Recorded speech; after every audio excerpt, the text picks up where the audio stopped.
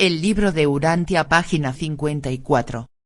Documento 4. La relación de Dios con el universo. El Padre Universal tiene un propósito eterno relacionado con los fenómenos materiales, intelectuales y espirituales del universo de los universos, el cual lleva a cabo durante todo el tiempo.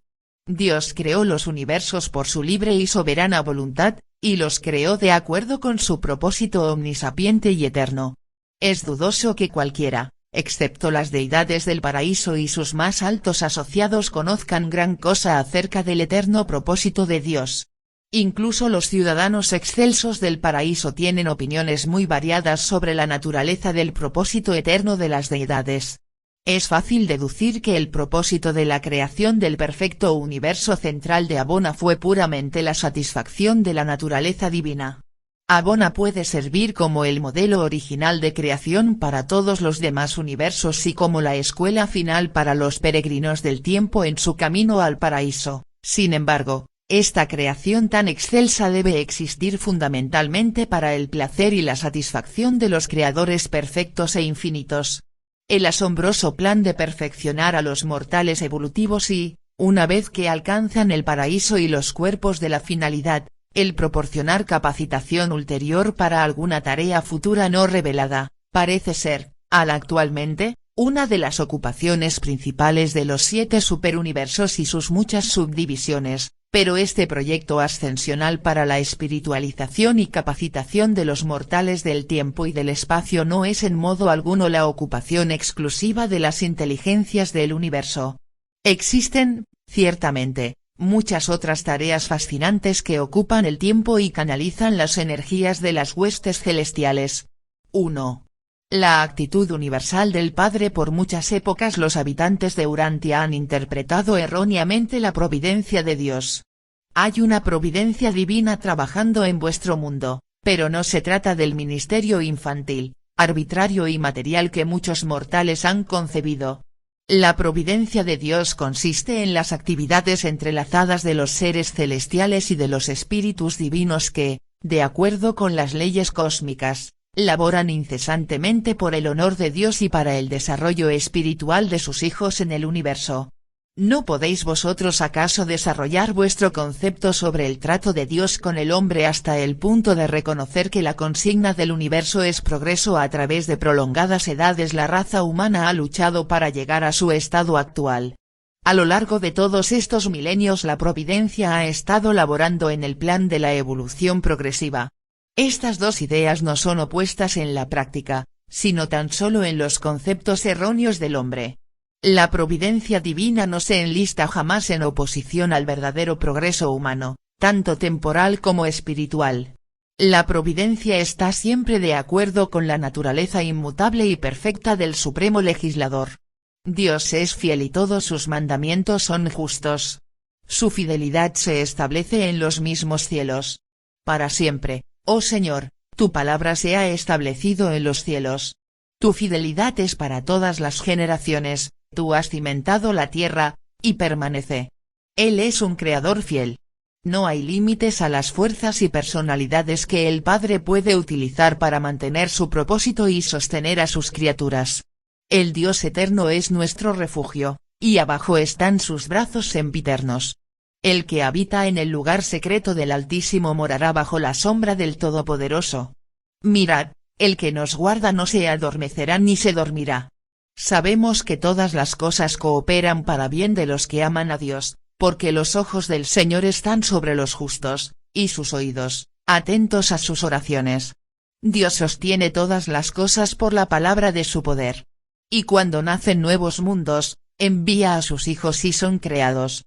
Dios no solo crea, sino que los preserva a todos. Dios constantemente sostiene todas las cosas materiales y a todos los seres espirituales. Los universos son eternamente estables. Existe estabilidad en medio de una inestabilidad aparente. Existe un orden y una seguridad subyacentes en medio de los levantamientos de la energía y los cataclismos físicos de los dominios estelares. El Padre Universal no se ha retirado de la administración de los universos, Él no es una deidad inactiva. Si Dios dejara de ser el sustentador presente de toda la creación, habría inmediatamente un colapso universal.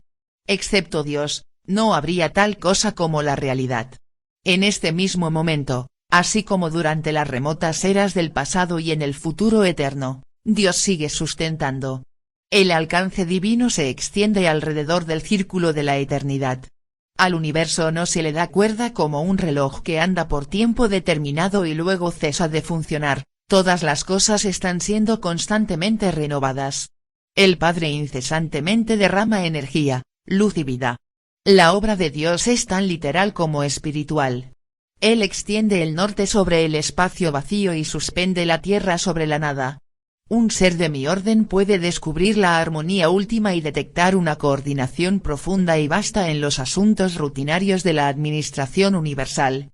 Muchas cosas que aparecen desconectadas y fortuitas al pensamiento mortal, se muestran ordenadas y constructivas a mi comprensión.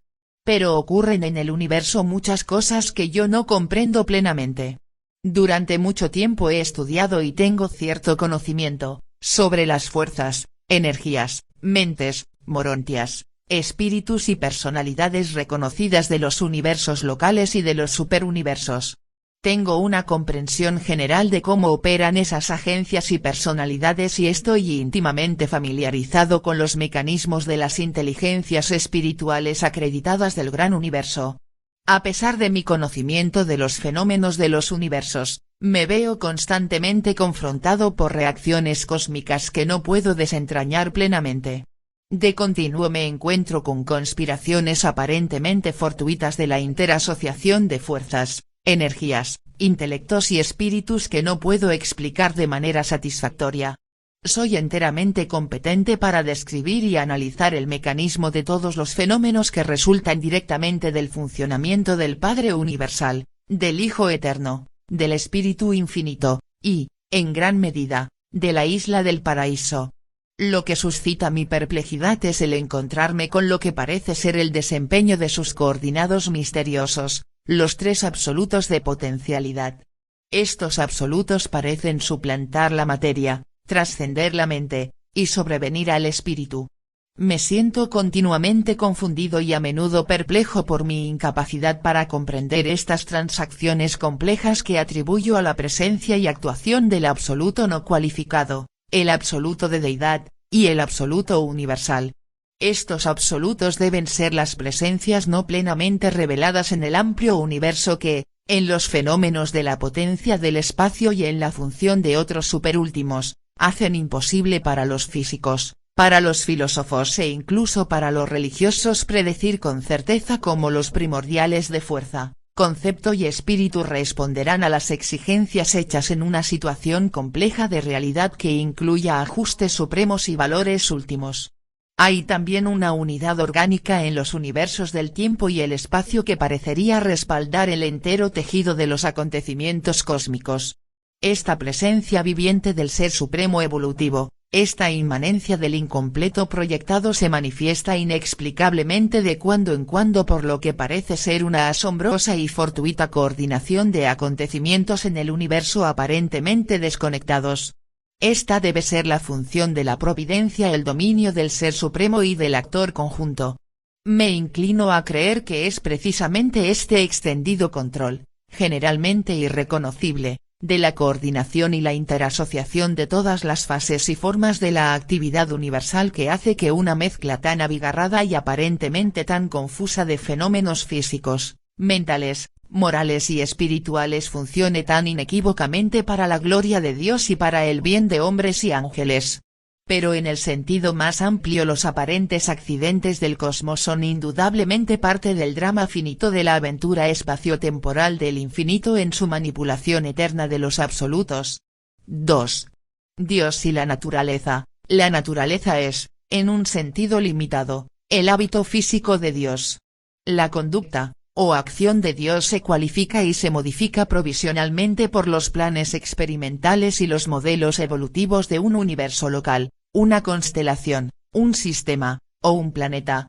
Dios actúa de acuerdo con una ley bien definida, invariable e inmutable a lo largo y a lo ancho del vasto universo maestro, pero modifica sus esquemas de acción a fin de contribuir a la conducta coordinada y equilibrada de cada universo, constelación, sistema, planeta y personalidad de acuerdo a los objetos, propósitos y planes locales de los proyectos finitos de desarrollo evolutivo. Por consiguiente, la naturaleza, tal como la entiende el hombre mortal, comprende los cimientos subyacentes y el antecedente fundamental de una deidad incambiable y sus leyes inmutables, modificadas, fluctuantes, y experimentando trastornos causados por el mecanismo de los planes, propósitos, normas y condiciones locales que el universo, la constelación, el sistema y las fuerzas y personalidades planetarias locales han inaugurado y están llevando a cabo.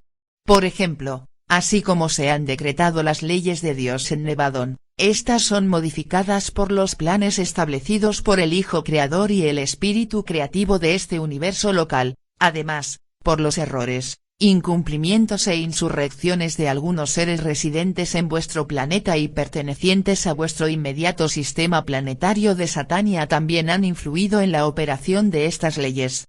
La naturaleza es la resultante espaciotemporal de dos factores cósmicos, primero, la inmutabilidad, perfección y rectitud de la deidad paradisiaca, y segundo, los planes experimentales, los errores de ejecución, los errores de rebeldía, el desarrollo incompleto, y la imperfección de la sabiduría de las criaturas extraparadisiacas, desde las más elevadas hasta las más bajas. La naturaleza por lo tanto trae un hilo de perfección uniforme, invariable, majestuoso y maravilloso, desde el círculo de la eternidad, pero en cada universo, en cada planeta y en cada vida individual, esta naturaleza es modificada, cualificada y acaso desfigurada por las acciones, los errores, y las deslealtades de las criaturas de los sistemas y universos evolutivos, y por consiguiente la naturaleza debe ser siempre de ánimo cambiante y aparentemente caprichoso, aunque de fondo estable, y debe variar de acuerdo con los procedimientos operativos en un universo local. La naturaleza es la perfección del paraíso dividida por la índole incompleta, la maldad y el pecado de los universos inconclusos. Este cociente expresa pues lo perfecto y lo parcial, lo eterno y lo temporal. La evolución continuada modifica la naturaleza al aumentar el contenido de perfección paradisiaca y al disminuir el contenido del mal, el error y la desarmonía de la realidad relativa.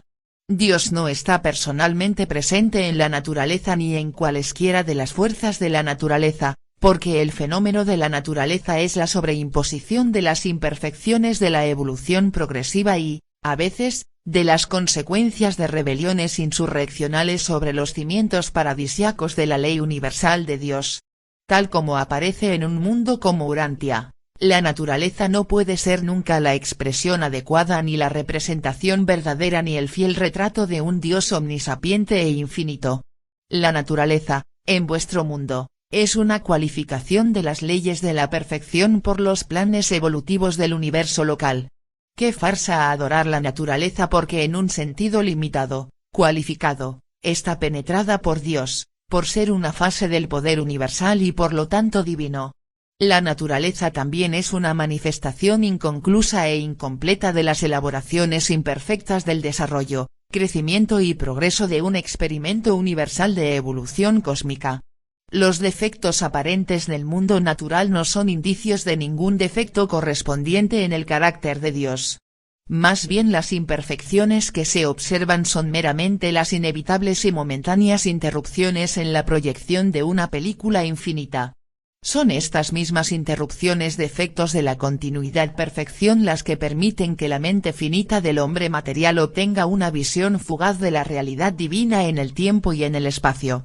Las manifestaciones materiales de la divinidad parecen defectuosas en la mente evolutiva del hombre, solo porque el hombre mortal persiste en visualizar los fenómenos de la naturaleza a través de los ojos naturales, por medio de la visión humana sin la ayuda de Mota Morontiana ni de la revelación, su sustituto compensatorio en los mundos del tiempo.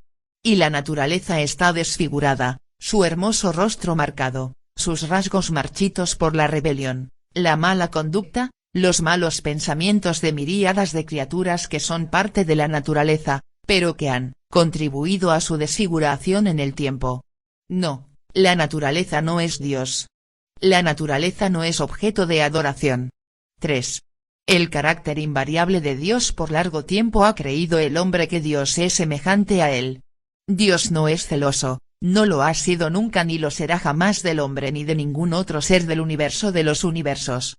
Sabiendo que el Hijo Creador pretendía que el hombre fuese la obra maestra de la creación planetaria, el soberano de la tierra entera, el verle dominado por sus pasiones más bajas, el espectáculo de su sumisión ante ídolos de madera, de piedra y de oro, y su ambición egoísta, estas sórdidas escenas mueven a Dios y a sus hijos a ser celosos por el hombre, pero nunca de él.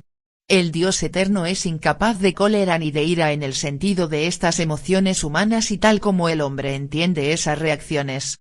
Estos sentimientos son bajos y despreciables, indignos de ser llamados humanos, mucho menos divinos, y tales actitudes son absolutamente ajenas a la naturaleza perfecta y al carácter misericordioso del Padre Universal.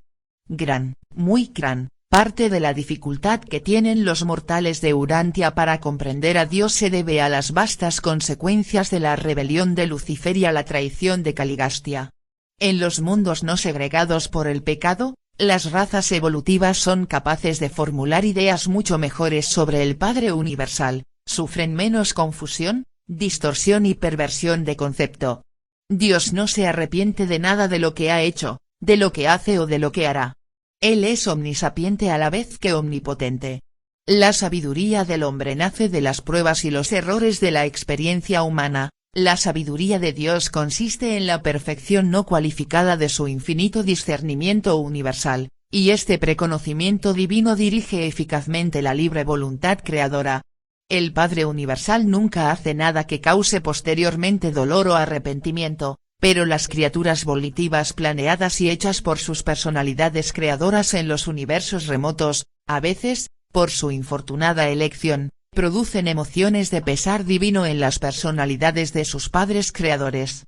Pero aunque el Padre nunca comete errores, ni abriga arrepentimientos, ni experimenta dolor, es un ser con afecto de padre y su corazón indudablemente se acongoja cuando sus hijos no consiguen alcanzar los niveles espirituales que son capaces de lograr con la ayuda que tan libremente se les ha brindado mediante los planes de desarrollo espiritual y la política de ascensión de los mortales de los universos.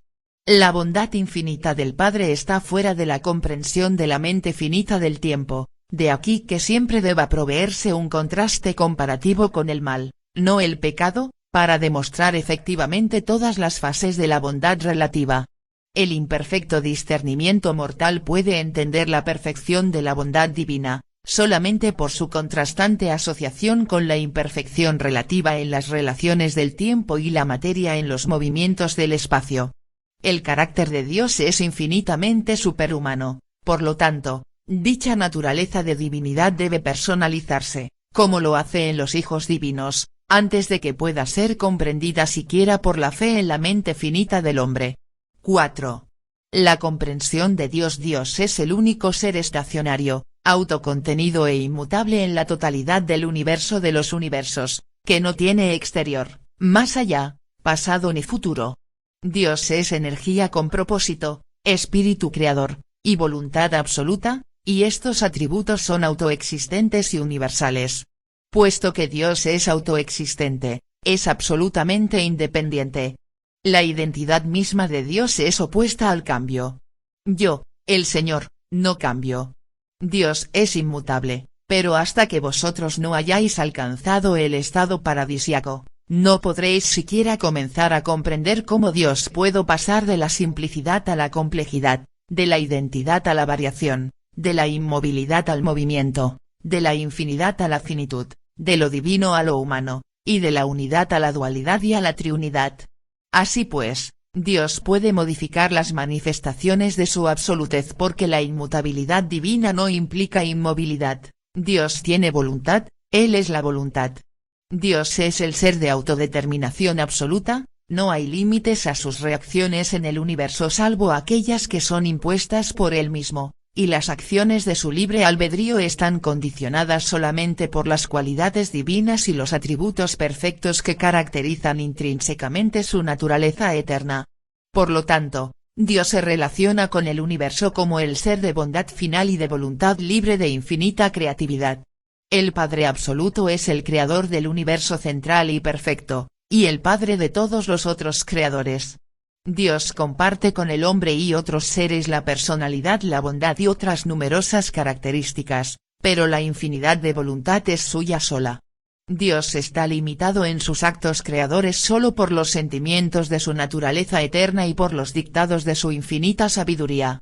Dios personalmente elige solo lo que es infinitamente perfecto, de aquí la perfección excelsa del universo central, y aunque los hijos creadores comparten plenamente su divinidad, incluso fases de su absolutez, no están completamente limitados por esa finalidad de sabiduría que dirige la voluntad infinita del Padre. En consecuencia, en la orden de filiación Micael, la libre voluntad creativa se hace todavía más activa, completamente divina y casi última, si no absoluta. El Padre es infinito y eterno, pero negar la posibilidad de su autolimitación volitiva llevaría a la negación del concepto mismo de su absolutez volicional. La absolutez de Dios penetra los 7 niveles de la realidad universal. Y la totalidad de esta naturaleza absoluta está sujeta a la relación del Creador con su familia de criaturas en el universo. La precisión puede caracterizar la justicia trinitaria en el universo de los universos, pero en todas sus vastas relaciones de familia con las criaturas del tiempo, el Dios de los universos es gobernado por el sentimiento divino. En primer y último término eternamente, el Dios infinito es un Padre. De todos los títulos posibles por los cuales podría ser conocido con propiedad, he sido instruido a describir al Dios de toda la creación como el Padre universal. En Dios el Padre las acciones de su libre voluntad no están regidas por el poder, ni están orientadas solamente por el intelecto. La personalidad divina está definida como consistente en espíritu y manifestándose a los universos como amor. Por tanto, en todas sus relaciones personales con las personalidades de las criaturas de los universos, la primera fuente y centro es siempre y permanentemente un Padre amante. Dios es un Padre en la más elevada acepción del término. Está eternamente motivado por el perfecto idealismo del amor divino, y esa tierna naturaleza encuentra su expresión más robusta y su satisfacción más grande en amar y ser amado. En la ciencia, Dios es la primera causa. En la religión, el Padre universal y amante. En la filosofía, el único ser que existe por sí mismo, que no depende de ningún otro ser para existir, sino que magnánimamente les confiere realidad de existencia a todas las cosas y todos los otros seres. Pero hace falta la revelación para mostrar que la primera causa de la ciencia y la unidad autoexistente de la filosofía son el Dios de la religión, pleno de misericordia y bondad y comprometido a realizar la eterna supervivencia de sus hijos en la tierra. Anhelamos el concepto del infinito, pero adoramos la experiencia idea de Dios, nuestra capacidad de percibir en cualquier momento y lugar los factores de personalidad y divinidad de nuestro concepto más elevado de la deidad. La conciencia de una vida humana victoriosa en la tierra nace de esa fe de la criatura que se atreve a desafiar cada recurrente episodio de la existencia cuando se enfrenta con el pavoroso espectáculo de las limitaciones humanas, con la firme declaración, aunque yo no pueda hacer esto, en mí vive alguien que puede y que lo hará, una parte del Padre absoluto del universo de los universos. Y esa es la victoria que sobrecoge al mundo, aun vuestra fe. 5. Las ideas erróneas sobre Dios. La tradición religiosa es el registro imperfectamente preservado de las experiencias de los hombres de pasadas edades que conocían a Dios, pero tales registros no son confiables como guías para la vida religiosa ni como fuentes de verdadera información acerca del Padre universal. Invariablemente se han alterado estas creencias antiguas por el hecho de que el hombre primitivo era un fabricante de mitos. Una de las fuentes principales de confusión en Urantia respecto a la naturaleza de Dios proviene de que vuestros libros sagrados no fueron capaces de distinguir claramente entre las personalidades de la Trinidad del Paraíso y entre la deidad paradisiaca y los creadores y administradores del universo local. Durante las pasadas dispensaciones de comprensión parcial, vuestros sacerdotes y profetas fueron incapaces de distinguir entre los príncipes planetarios, los soberanos de sistemas, los padres de constelaciones, los hijos creadores, los gobernantes de los superuniversos, el Ser Supremo, y el Padre Universal. Muchos de los mensajes de personalidades subordinadas, tales como los portadores de vida y varias órdenes de ángeles, aparecen en vuestros registros como procedentes de Dios mismo. El pensamiento religioso en Urantia aún confunde las personalidades asociadas de la deidad con el propio Padre Universal, de manera que se incluyen todos bajo un solo apelativo. El pueblo de Urantia sigue padeciendo la influencia de los conceptos primitivos de Dios. Los dioses desencadenados en la tormenta, que hacen temblar la tierra en su cólera, y destruyen a los hombres en su ira, que manifiestan su descontento con carestías e inundaciones. Estos son los dioses de la religión primitiva, no son los dioses que viven y rigen los universos. Estos conceptos son una reliquia de los tiempos en que los hombres suponían que el universo estaba sujeto a los caprichos y al dominio de estos dioses imaginarios. Pero el hombre mortal está comenzando a darse cuenta que vive en un dominio de relativa ley y orden en lo concerniente a las directrices administrativas y a la conducta de los creadores supremos y de los controladores supremos. La idea bárbara de apaciguar a un dios airado, de propiciar a un señor ofendido, de ganar el favor de la deidad mediante sacrificios y penitencias e incluso por el derramamiento de sangre, representa una religión completamente pueril y primitiva, una filosofía indigna de una época esclarecida de ciencia y verdad. Tales creencias son absolutamente repulsivas a los seres celestiales y a los mandatarios divinos que sirven y reinan en los universos. Es una afrenta a Dios creer, sostener o enseñar que debe derramarse sangre inocente a fin de ganar su favor o conjurar la ficticia ira divina. Los hebreos creían que sin derramamiento de sangre no había remisión de los pecados. No se habían liberado de la idea antigua y pagana de que los dioses no se pueden apaciguar sino por el espectáculo de la sangre, aunque Moisés hizo un avance notable al prohibir los sacrificios humanos y sustituirlos, en la mente primitiva de los beduinos infantiles que lo seguían, por el sacrificio ceremonial de animales. El otorgamiento de un hijo paradisiaco a vuestro mundo era inherente a la situación de clausura de una era planetaria, era inescapable, y no fue hecho necesario para ganar el favor de Dios. Esta encarnación resultaba ser también el último acto personal de un hijo creador en la larga aventura de obtener la soberanía experiencial de su universo. ¡Qué distorsión del carácter infinito de Dios!